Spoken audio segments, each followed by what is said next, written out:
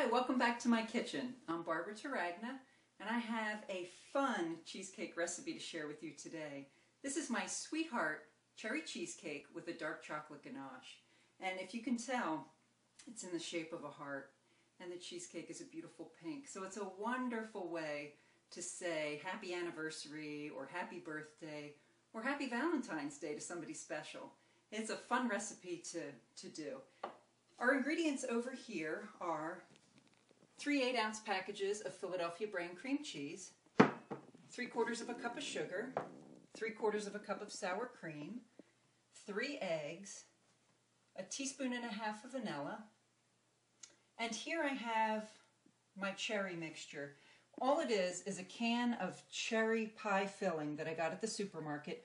You can find it in any supermarket in the baking aisle.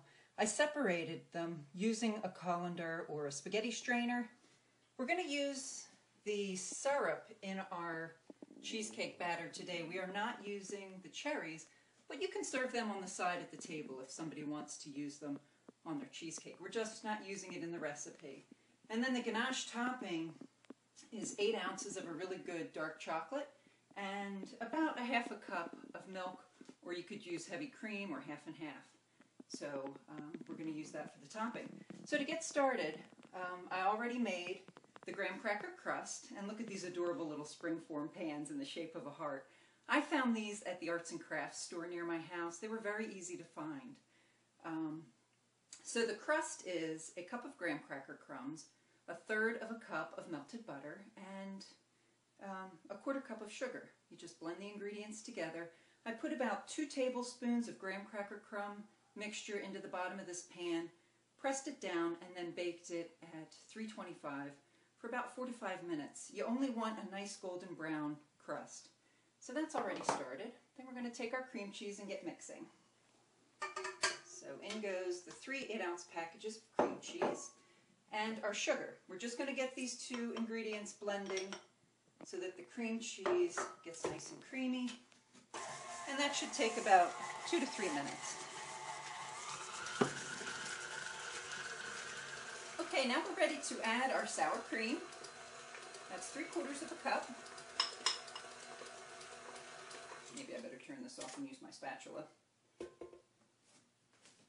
So in it goes. Then we're going to add our eggs one at a time. Always remember to crack your eggs into a separate bowl so you're not adding shells to your cheesecake batter. This recipe is so versatile. You could use a 9-inch springform pan and make a nice big cheesecake out of this. I did that one year with my children around Halloween. And since it has such a nice pink inside to it, we decorated it like a vampire and called it our bloody cheesecake. So it was a lot of fun to do around Halloween too. My kids have a lot of fun baking with me. They love to make the cheesecakes with me because they're so easy to make. Okay, now we're ready to add the cherry mixture. It's just all going to go in all at the same time. Just let it blend until everything's well incorporated. And look at this beautiful pink batter we have. Oops, I'm dripping all over the place. I'm going to stop and scrape it down and then put it into my springform pans. So I took the batter and filled my springform pan all the way to the top. Because when a cheesecake bakes, it's going to puff up a little bit, but as it cools, it does sink considerably. So you want to make sure your batter comes up to the edge of your springform pan. Now this is going to bake at 325 degrees for about a half an hour.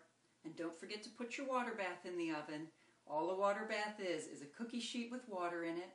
Underneath your cheesecake, you're going to have your cheesecake on the top rack and the water bath on the rack below it.